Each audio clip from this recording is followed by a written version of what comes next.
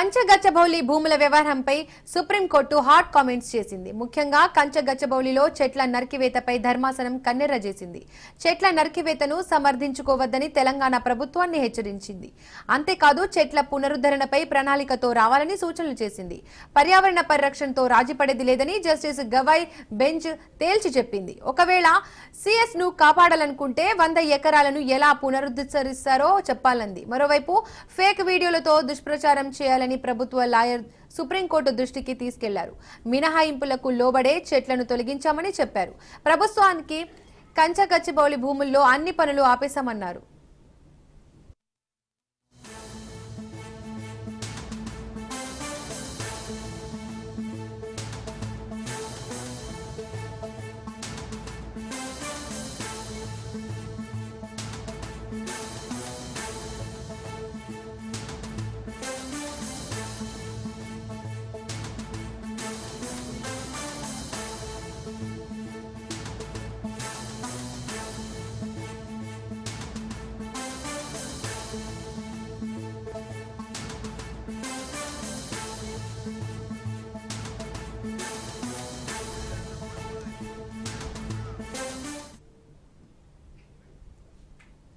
కంచగచ్చబౌలి భూముల వ్యవహారంపై supreme court hot comments చేసింది. ముఖ్యంగా కంచగచ్చబౌలిలో చెట్ల నరికివేతపై ధర్మాసనం కన్నెర్ర చేసింది.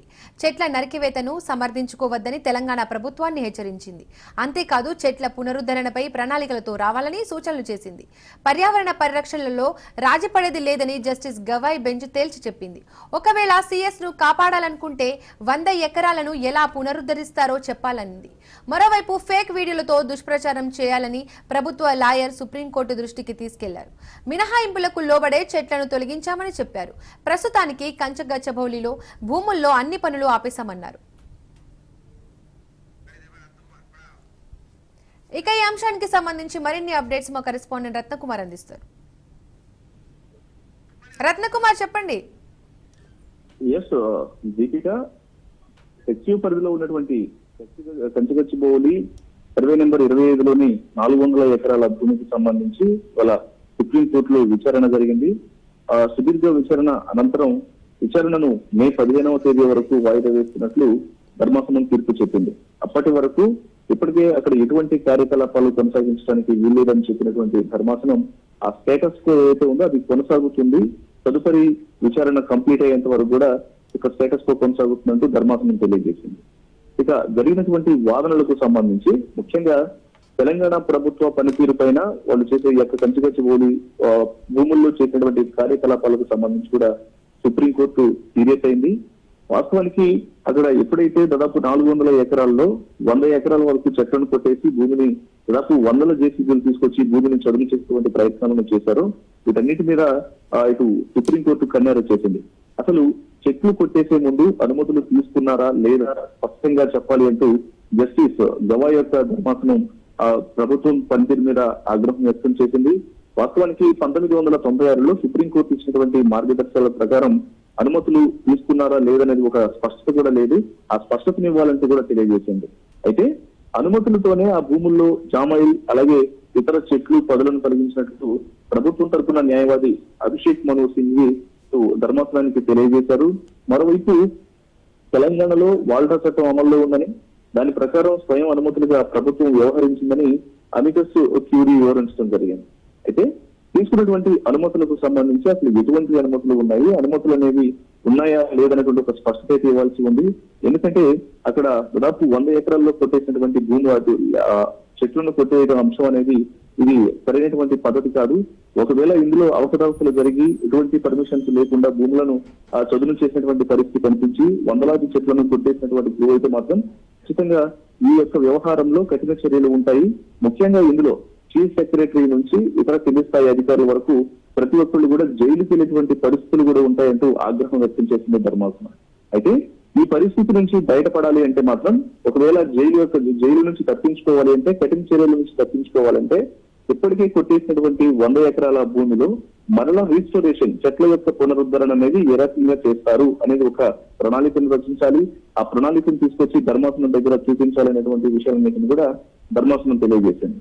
1996లో డిసెంబర్ లో సుప్రీంకోర్టు ఇచ్చినటువంటి మార్గదర్శకాలకు విరుద్ధంగా ఏమాత్రం వ్యవహరించినా అసలు చూస్తూ ఊరుకోము అనేటువంటి విషయాన్ని తెలియజేసింది. పర్యావరణాన్ని కాపాడాల్సినటువంటి బాధ్యత ప్రతి ఒక్కరి మీద ఉంటుంది. అలాంటిది 3 రోజుల సెలవులు ఉన్నటువంటి సందర్భంలోనూ అంత జెట్ స్పీడ్ లో అంత తొందరపడి ఎందుకు అనేక బుల్డోజర్లను తీసుకురావడం జరిగింది, తీసుకొచ్చి 100 ఎకరాలను అప్పటికప్పుడు చదును చేయాలనేటువంటి ఆలోచన ఎందుకు చేశారు అనేటువంటి విషయాలన్నిటికీ సంబంధించి కూడా ఆగ్రహం వ్యక్తం చేసింది ధర్మాసనం. సో ఇలా సుదీర్ఘ వాదనలు జరిగిన తర్వాత మరోవైపు ప్రభుత్వం తరపున న్యాయవాదులు సైతం సుప్రీంకోర్టు దగ్గర తమకున్నటువంటి పర్మిషన్స్ కు సంబంధించి ఏ రకమైనటువంటి అక్కడ పనుల కార్యకలాపాలను కొనసాగించారు, ఎటువంటి అనుమతులు తీసుకొని కార్యకలాపాలను కొనసాగించినటువంటి పూర్తి ఆధారాలను సుప్రీంకోర్టు ధర్మాసనం ముందు సబ్మిట్ చేయడం జరిగింది. ఇక వీటన్నిటి మీద విచారించిన అనంతరం తదుపరి విచారణను మే 15వ తేదీ వరకు వాయిదా వేసినట్లు ధర్మాసనం తెలియజేసింది. అయితే మే 15వ తేదీ వరకు ధర్మాసనం వాయిదా వేసినటువంటి సందర్భంలో తదుపరి విచారణ మరికొంత సమయం ఉంది కాబట్టి అప్పటి వరకు కూడా, ఎందుకంటే ఇప్పటికే అక్కడ జేసీబీలు కావచ్చు లేకపోతే లోపల బుల్డేజర్లు ఎటువంటి కార్యకలాపాలు కొనసాగడానికి వీలు లేనటువంటి విషయాలన్నింటినీ కూడా తెలియజేసినటువంటి నేపథ్యంలోనే ఇప్పుడు ఆ యొక్క స్టేటస్ కో ఏదైతే ఉంటుందో ఆ స్టేటస్ కో అనేది మే 15వ తేదీ తుది తీర్పు వచ్చేంత వరకు కూడా కొనసాగుతున్నటువంటి విషయాన్ని స్పష్టం చేసింది.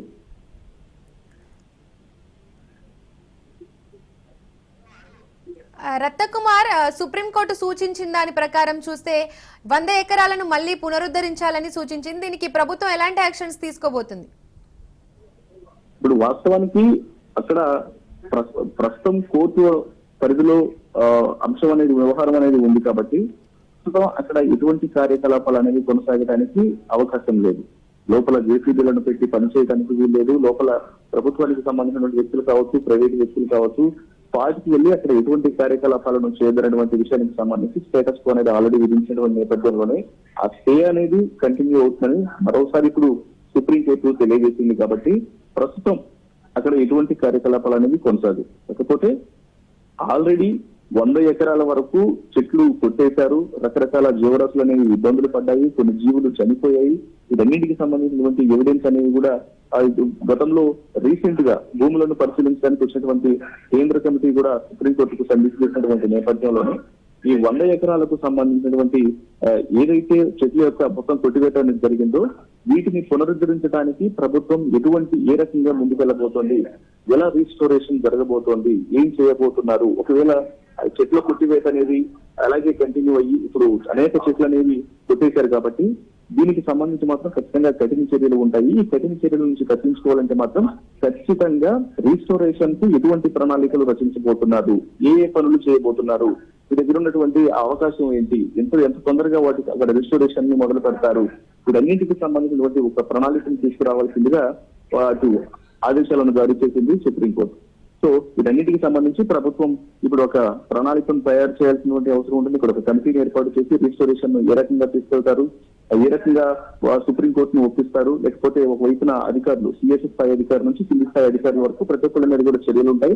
అవసరమైతే జైలు పాలు కూడా ఎటువంటి అవకాశం ఉంటుందనేటువంటి పెద్ద ఎత్తున కుండబద్దలు కొట్టినట్లు ఆగ్రహం వ్యక్తం చేసినటువంటి పరిస్థితి నేపథ్యంలోనే ప్రభుత్వం ఏ రకంగా ప్రణాళికను రచించి అక్కడ కూల్చివేసినటువంటి 100 ఎకరాల చెట్లకు సంబంధించి రిజిస్ట్రేషన్ చేయబోతుంది అనేది చూడాల్సిన అవసరం ఉంటుంది.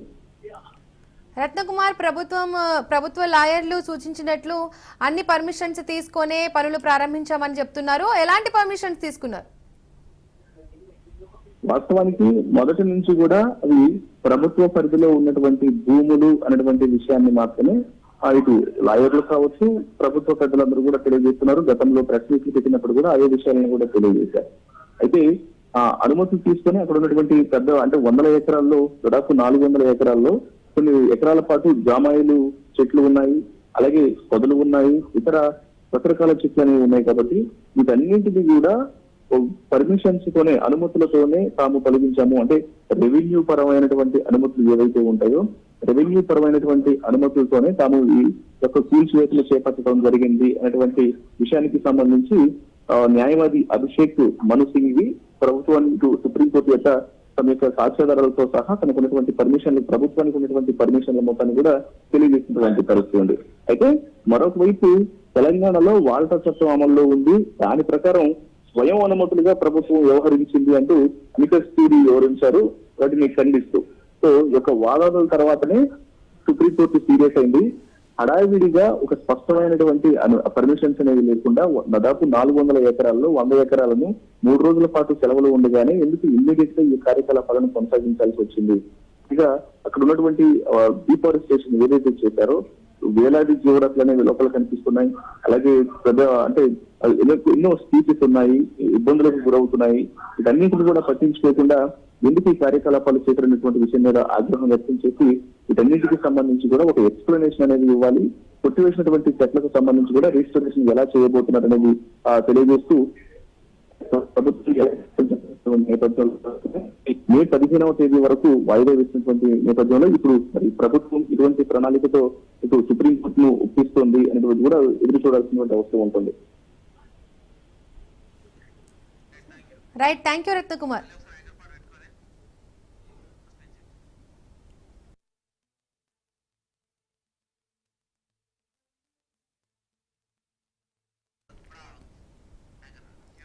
కంచగచ్చబౌలి భూముల వ్యవహారంపై సుప్రీంకోర్టు హాట్ కామెంట్స్ చేసింది. ముఖ్యంగా కంచగచ్చబౌలిలో చెట్ల నరికివేతపై ధర్మాసనం కన్నెర్ర చేసింది. చెట్ల నరికివేతను సమర్థించుకోవద్దని తెలంగాణ ప్రభుత్వాన్ని హెచ్చరించింది. అంతేకాదు చెట్ల పునరుద్ధరణపై ప్రణాళికలతో రావాలని సూచనలు చేసింది. పర్యావరణ పరిరక్షణలో రాజీపడేది లేదని జస్టిస్ గవాయ్ బెంచ్ తేల్చి చెప్పింది. ఒకవేళ సిఎస్ ను కాపాడాలనుకుంటే 100 ఎకరాలను ఎలా పునరుద్ధరిస్తారో చెప్పాలంది. మరోవైపు ఫేక్ వీడియోలతో దుష్ప్రచారం చేశారని ప్రభుత్వ లాయర్ సుప్రీంకోర్టు దృష్టికి తీసుకెళ్లారు. మినహాయింపులకు లోబడే చెట్లను తొలగించామని చెప్పారు. ప్రస్తుతానికి కంచగచ్చబౌలి భూముల్లో అన్ని పనులు ఆపేశామన్నారు. అదేవిధంగా భవిష్యత్తులో పునరావృతం కానివ్వమని ప్రభుత్వ లాయర్ సుప్రీంకోర్టుకు వివరించారు. మొత్తానికి కంచగచ్చబౌలి భూములపై సుప్రీంకోర్టులో తెలంగాణ ప్రభుత్వానికి ఊరట దక్కలేదు. గతంలో ఇచ్చిన స్టేట్ కో సుప్రీంకోర్టు కొనసాగుతుందని పేర్కొంది. ఇక తదుపరి విచారణను మే 15కు వాయిదా వేసింది సుప్రీంకోర్టు.